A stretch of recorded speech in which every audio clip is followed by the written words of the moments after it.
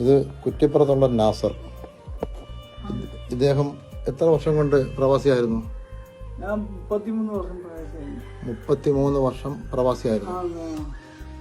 പ്രവാസ ജീവിതത്തിൽ നിങ്ങൾ ഉണ്ടാക്കിയ ഈ വീടും ഈ വസ്തുവും എല്ലാം നിങ്ങളുടെ പേരിലാണോ? ഇനി നിങ്ങൾ എന്താ ഈ സിറ്റോട്ടി കിടക്കുന്നത്? വെള്ളിത്തള്ളി. ഞാൻ കടത്തിനേക്ക് പോയി കിടന്നു. എന്നിട്ട് പിന്നെ പോലീസിനെ ഞാൻ കംപ്ലൈന്റ് ചെയ്ത് പോലീസൊക്കെ വന്ന് പോലീസിന്റെ പ്രശ്നങ്ങൾ ഉണ്ടാക്കി കേൾക്കത്തില്ല, അങ്ങനെ ഇങ്ങനെയാന്നൊക്കെ പറഞ്ഞ് എന്നെ വിളിച്ച് ചാടിച്ചപ്പോൾ ഞാൻ ഇവിടെ കിടന്നു. പിന്നെ എത്ര നാളുകൊണ്ട് ഇവിടെ കിടക്കുന്നു? ഇവിടെ കിടന്ന് ഒരു മാസം. ഒരു മാസം കൂടുതലായി. ഇപ്പൊ മാത്രല്ല പല വട്ടം ഞാൻ കിടന്നിട്ടുണ്ട്. പല വട്ടവും അടിച്ചിറക്കിയിട്ടുണ്ട് വീട്ടിൽ നിന്ന്. ഞാൻ കരുതി ഒന്നും തൊട്ടാൽ ഇത് കേൾക്കുന്ന പ്രവാസികളായ നല്ലവരായ നാട്ടുകാരും പ്രവാസികളായ നാട്ടുകാരും ഒന്നും മനസ്സിലാക്കേണ്ടുള്ളത്, പ്രവാസം എന്തെന്നറിയാവുന്ന എല്ലാവർക്കും അറിയാം.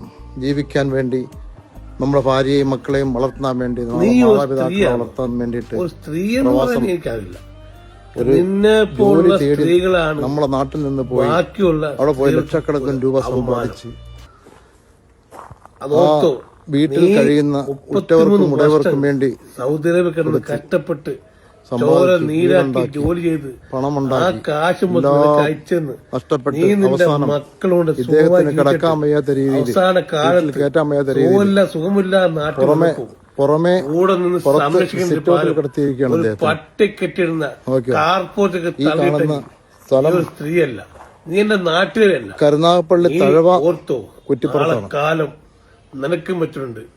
മുന്നിൽ കാണുന്ന റോഡ് മുതൽ ഇവിടം വരെ ഇദ്ദേഹത്തിന്റെ പേരിലുള്ള വസ്തുവാണ്.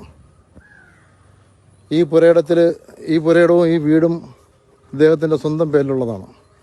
എന്നാൽ ഇദ്ദേഹത്തിനെ ഈ വീട്ടിലോട്ട് കയറ്റുകയോ അതിന് വേണ്ട ശുശ്രൂഷ ചെയ്യുകയോ ചെയ്തിട്ടില്ല. ഇദ്ദേഹം ഇപ്പോൾ ഹാർട്ട് പേഷ്യൻ്റാണ്. 1.5 വർഷം മുമ്പാണ് ഇദ്ദേഹത്തിനെ ഹാർട്ടിൻ്റെ അസുഖമായിട്ട് കമ്പനി കയറ്റിവിട്ടത്. അതിനുശേഷം ഇദ്ദേഹത്തിന് സ്ട്രോക്ക് വന്നു.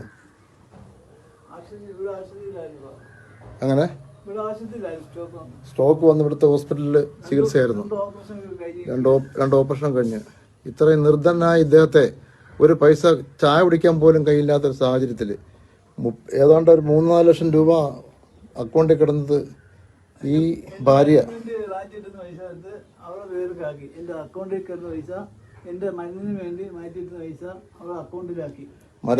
മരുന്നിനും മറ്റും മാക്കിയിട്ടിരുന്നതായ പൈസ ഇദ്ദേഹത്തിന്റെ ഭാര്യയുടെ അക്കൗണ്ടിലേക്ക് മാറ്റി അങ്ങനെ വരെ ചെയ്തു. അങ്ങനെ എല്ലാം കാണിച്ചുകൊണ്ട് കോടതിയിൽ നിന്ന് പേപ്പർ വാങ്ങി, കോടതിയുടെ ഓർഡർ വാങ്ങി, ACP കരുനാഗപ്പള്ളി ACPയും പോലീസ് സംഘം ഇവിടെ വന്നപ്പം അവരവരെ തുരത്തി ഓടിക്കുന്ന രീതിയിലുള്ള ഒരു പ്രവർത്തനമാണ് ഇസ്രയേലിൽ നിന്നുണ്ടായത്. ഇത് കേൾക്കുന്ന പ്രവാസികളും നല്ല നാട്ടുകാരും ഇദ്ദേഹത്തിനെതിരെ കാണിക്കുന്ന ക്രൂരമായ നടപടികൾക്ക് എന്താ ചെയ്യാൻ പറ്റുന്നു ആ രീതിയിൽ കഴിവിൻ്റെ പരമാവധി ചെയ്ത് ഇദ്ദേഹത്തിനെ രക്ഷിക്കണമെന്ന് താഴ്മയായി അറിയിക്കുന്നു.